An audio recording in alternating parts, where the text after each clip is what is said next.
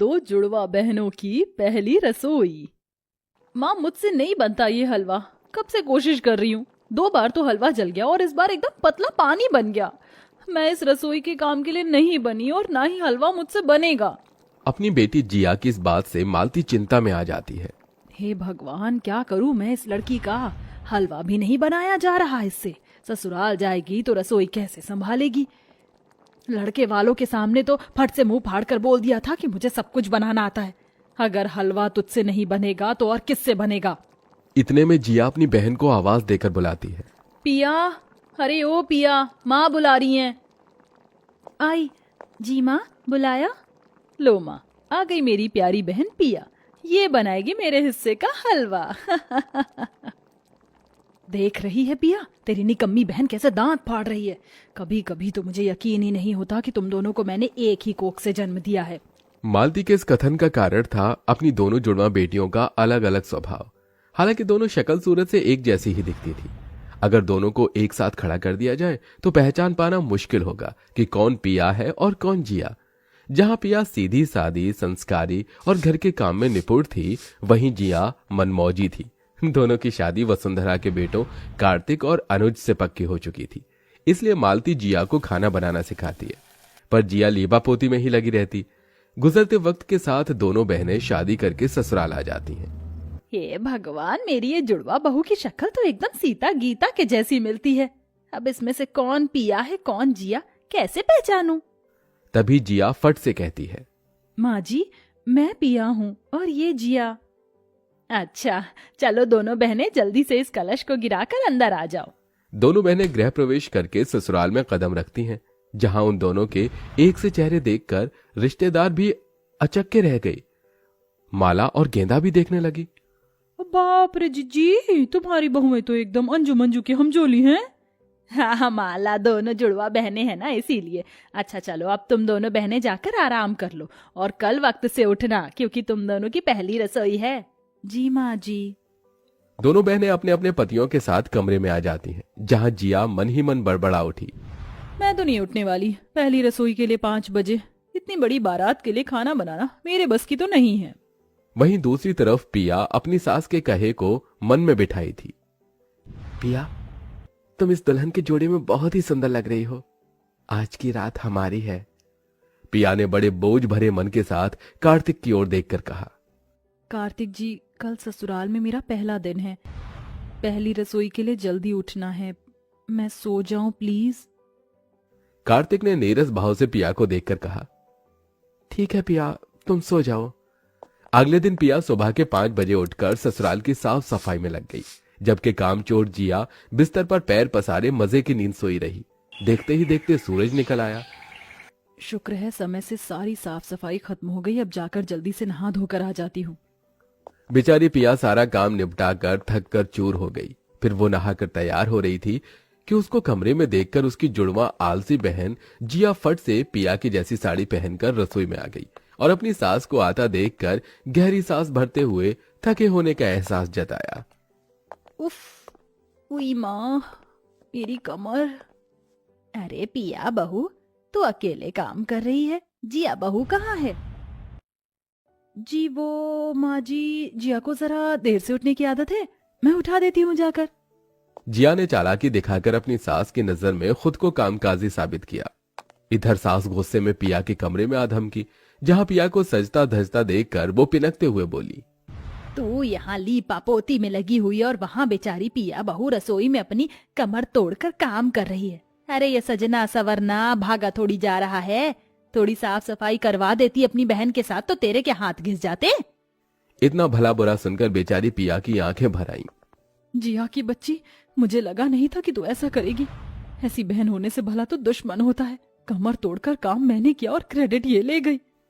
फिर थोड़ी ही देर में दोनों बहनों की पहली रसोई की रस्म शुरू हो गई, जहां वसुंधरा एक बार फिर पिया को जिया समझकर धमकाते हुए बोली, देख जिया बहू, तेरी एक भूल मैंने नजरअंदाज कर दी, मगर इस बार कोई काम चोरी नहीं चलेगी।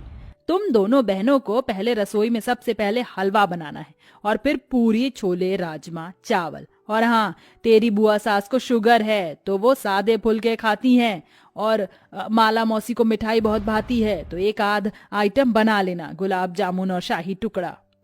डबडबाई आंखों से पिया ने अपनी सास की ओर देखकर कहा, माँ जी इस बार मैं आपको शिकायत का मौका नहीं दूंगी, एकदम अच्छे से पहली रसोई की रस्म करूंगी। पर इतना सब बनाने की बात से जिया का सिर नाचने लगा। उफ, मुझे तो हलवा तक बनानी नहीं आता, इतनी सारी वैरायटी कैसे बनाऊंगी? ओ गॉड, बचा लेना। पिया झटपट से हलवा बना लेती है, वहीं जिया हलवा बनाने में उलझी हुई थी। हलवा तो बन गया, अब जल्दी से मटर पनीर की सब्जी बना लेती हूँ और एक तरफ आटा गूंथ लेती हूँ। जिया जलन से भर गई क्योंकि उसका हलवा बार बार जल जाता था। उफ, हलवा फिर जल गया। अगर इसमें लगी रही तो बाकी खाना कब बनाऊंगी? जो भी है सही है। जिया रोध होकर कच्ची पक्की पूरी तलने लगी। इधर मेज पर पूरा ससुराल बेसब्री से दोनों बहनों की पहली रसोई की बाट जो रहा था। ओहो, रसोई से खाने की कितनी अच्छी खुशबू आ रही है, अब तो पेट में कबरी हो रही है खाने की। वही तो जिज्जी, जल्दी करो ना। बहू रानियों, जल्दी से खाना ले आओ भाई। ये सुनते ही डर के मारे जिया दांतों तले उंगली दबा लेती है। अब क्या करूं, मैंने तो इतनी देर में बस ये जला हलवा और ये 4 पूरी ही तली हैं। तभी जिया अपनी बहन जैसी साड़ी पहने होने का फायदा उठाने के लिए दिमाग दौड़ाती है और बहाने से पिया को भेज देती है। पिया देख, मैं तुझे बताना भूल गई, जीजा जी कब से तुझे बुला रहे थे। अच्छा, मैं देख कर आती हूँ। इतने में जिया फट से पिया का बनाया सारा खाना परोस देती है।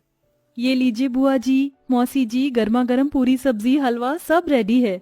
सब हबड़ हबड़ खाने लगे। ओए होए होए, क्या बढ़िया स्वाद है, खाने में एकदम नरम नरम पूरी और हलवा तो अमृत से भी मीठा। हाँ, मगर इसकी दूजी बहन कहाँ है? आती होगी माला, ठहर मैं बुलाती हूँ। जिया बहू, जल्दी खाना लेके आ। इतने में जला हुआ खाना लिए पिया आ गई। तभी सबने जला खाना देखकर उस पर खूब गुस्सा किया। ये कैसी भट्टी में से पूरी पका कर लाई है, एकदम जली हुई है, और इसी को अपनी बहन से कुछ, बेलूड़ी कहीं की। इतने ताने बाने सुनकर भी पिया ने पलटकर कोई जवाब नहीं दिया, मगर उसका मन चीख चीख कर रो पड़ा। जिया ने मेरे साथ छल कपट किया है, सिर्फ सासू माँ से बड़ाई सुनने के लिए। सभी ने जिया को पहली रसोई में रुपए पैसे गहने बहुत कुछ दिया। ये लो पिया बहू, तुम में हर गुण भरा है, तुम ही इस 9 लखा हार के काबिल हो। धन्यवाद माँ जी। बेचारी मेरी बहन, मैंने उसको बुद्धू बना दिया, इसलिए तो मैंने डिट्टो इसके जैसी साड़ी खरीदी है। इसी तरह दिन गुजरते गए, सब रिश्तेदार भी लौट गए, पर दोनों जुड़वा बहनों के कामों की गलतफहमी वसुंधरा के आगे बनी रही। एक बहू होने का सारा कर्तव्य पिया निभाती, पर बढ़ाई जिया को मिलती। मगर एक दिन वसुंधरा ने देखा कि पिया रसोई के भीतर बिना चप्पल के खाना बना रही थी, उसकी चप्पल बाहर थी। ये जिया बहू रसोई का इतना आदर कब से करने लगी, कहीं मुझसे ही दोनों बहनों को पहचानने में भूल तो नहीं हो गई। इस बात को साफ करने के लिए वसुंधरा ने जिया को पिया कहकर पुकारा। पिया बहू, जरा रसोई में तो आना। उफ, सासू माँ को भी ना चैन नहीं है। आई माँ जी। जिया बेधड़क सैंडल पहने रसोई में घुस आई। जी माँ जी, बुलाया? हाँ, वो मुझे ना तेरे हाथों की गर्मा गर्म पूरी खाने का बड़ा मन है, वो जो तूने पहली रसोई में बनाई थी। अभी माँ जी? हाँ बहू, 4 पूरी तलना तेरे बाएं हाथ का खेल है। क्यों नहीं माँ जी, वैसे भी मेरा हाथ एकदम नपा तुला हाथ है। जिया बहू, तू जा बाजार से जरा सब्जी ले आ। वसुंधरा ने पिया को भेज दिया। जिया का चेहरा पीला पड़ गया। उफ, आज तो बुरी फंस गई जिया। जिया ने पिया की तरह नरम नरम पूरी तलने की कोशिश तो खूब की, मगर जली पूरी देखकर सास ने कहा, रहने दे जिया बहू, ये पूरी तुझसे नहीं बनेगी। तूने पिया के नाम का सहारा लिया और मैं हमेशा उस बेचारी को खरी खोटी सुनाती रही, जबकि सर्वगुण संपन्न है वो और कामचोर है तू। सासू माँ, मुझे माफ कर दीजिए, मैं बस खुद को अच्छा साबित करना चाहती थी, मुझे बस एक मौका दे दीजिए। इतने में पिया आ जाती है। माँ जी, जिया को माफ कर दीजिए, मैं इसे खाना बनाना सिखा दूंगी। इतने के बाद भी पिया के मन में प्यार देखकर जिया ने माफी मांगी और पूरी लगन से खाना बनाना सीख लिया और दोनों जुड़वा बहनें खुशी खुशी रहने लगी।